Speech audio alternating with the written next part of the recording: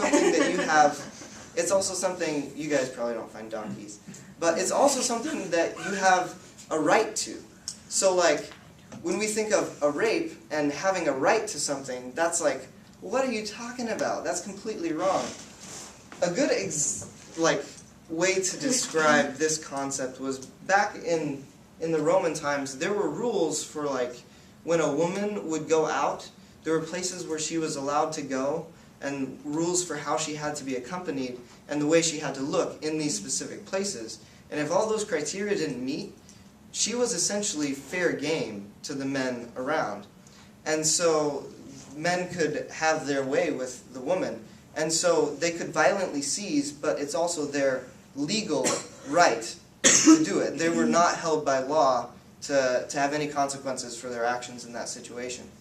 And so this word probably holds a lot of negative connotations, but essentially it's really, really strong. A way to like hold on, grasp something, but also it points out that it's something that was Christ's. It's not like it's something that was, that he like, it wouldn't be like me trying to become God, because that would just be insanity. It's God trying to stay God. That's what he's saying, which is an interesting thing to think of. And then it says, he made himself nothing. This is the word of all words in biblical study. Like, all of the Philippian commentaries are on this word. You've probably had it in your theology classes if you've taken theology classes. It's kenosis, the big one. Yeah? Okay. I'm glad you guys are as excited as I am. What this means is, it means that Christ emptied himself. And there's different ways you can think about what it means to empty something. You can, so if you have a glass, you can focus, like, you say, I emptied the glass. You could think about the fact that the glass is being emptied, think about the, like, verb, the action of moving things out. Or you could think about the fact that a full glass is now empty, a change in status, which is not that big of a difference.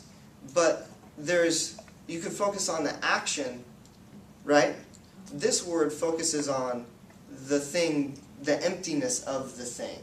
It's so like, an example is there's an example from way back when that I found, where a man was doing, like, he was cleaning out, he was not threshing, he was harvesting a field. And he goes to his master and he says, I emptied the field. And so the point is that the field is now empty. The thing has changed. And so, like, that's what's going on here. And when we look at the verse before, the fact that he has the deity of Christ, that he's made himself nothing, is a really big deal. And so what we see happening, I'll just give you the clue right now. Paul is showing, through this passage, a descent in levels of, and it's not necessarily like cut and dry, like, first God did this, then he did this, then he did, it's not steps, but we see a descent from this really high place to what we'll see is a really low place. And so it says, he made himself nothing. And then it says, being made in the very nature of a servant. He uses that same morphe word, which is interesting because it's saying that two different natures are existing in one person, but there's a change that takes place to make it happen. And so it's confusing for the reader. That's why I say it's a poem, because poetry is confusing. And then it says, being found in appearances as a man, he humbled himself and became obedient to death, even death on a cross.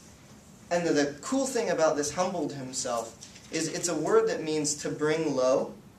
And it's during the Hebrew prayers, they would use this word to describe how they're repentant towards God and they would bow low in obedience. But it's also used of, like, if a plant died and the plant would fall down, the plant would go low. Or like the coolest example was the way the Nile would go up and down throughout the seasons. The lowering of the Nile. So it's like a physical lowering, but it can also mean to be obedient.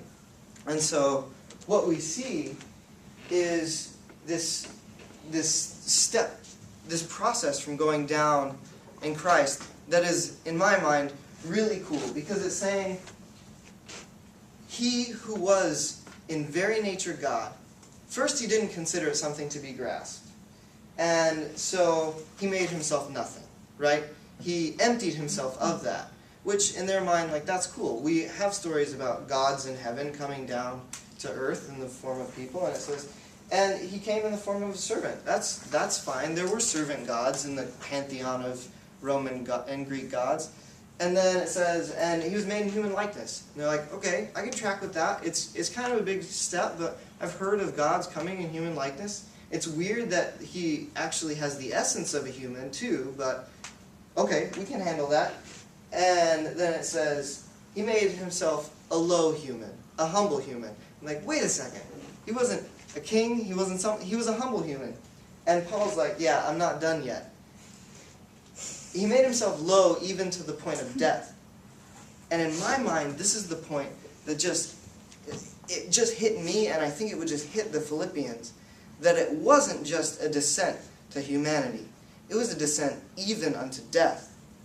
And Paul says, wait, I'm not done yet. It was a descent even to death on a cross. It was a dejected, terrible death. And in my mind, that's a sobering thought. But also, in my mind, I've grown up in church, and so the picture of the cross is so muddled with all these examples of what people describe, what it was like, what it meant. And really, it's an old example, and we're not going to be able to fully understand what it meant to be on a cross. Right? It's kind of archaic, kind of old, and so that's what it is. But one thing we can understand is what people are willing to do for love. Have any of you guys ever had a crush on someone? Yes, you all have, because you're all human beings. There's a process that people undertake that's ridiculous. Like, when you have a crush on someone, you sit in the right place so that they'll sort of notice you but not think you're stalking, and in class you try and say something clever and then hope that they're watching but not hope that they see you watching, and then all this ridiculous stuff, all leading up to the first date, and you go on this terrible, awkward first date, because if it's a first date, it is awkward. If you had a great time on your first date, you guys knew each other too well beforehand to call that an actual first date. And so there's this terrible thing, and it's all just to get a little bit closer to the person that you love. Look at what God was willing to do to get a little bit closer to the people he loved. He descended down from heaven to earth. And not just in the form of a person, but a low person. And not just to the point of a low person, but to the point of death. And not just to death, but to the point of a terrible, awful death. So at the very moment, the most terrible, dejected, the worst, lowest part of human suffering, our God could look us in the face and say, I'm not done with you yet. Because when we look at the next sections of the passage, it says, and God lifted him up and rose him high, so that we could see who he was, and every knee would bow, and every tongue confess that Jesus is Lord. And so, in the midst of the weakest point, we see God saying, I'm not done. I am the life. And he rises victorious, so that we can have hope to continue on. And we're supposed to follow, what Paul's saying is follow Christ's example.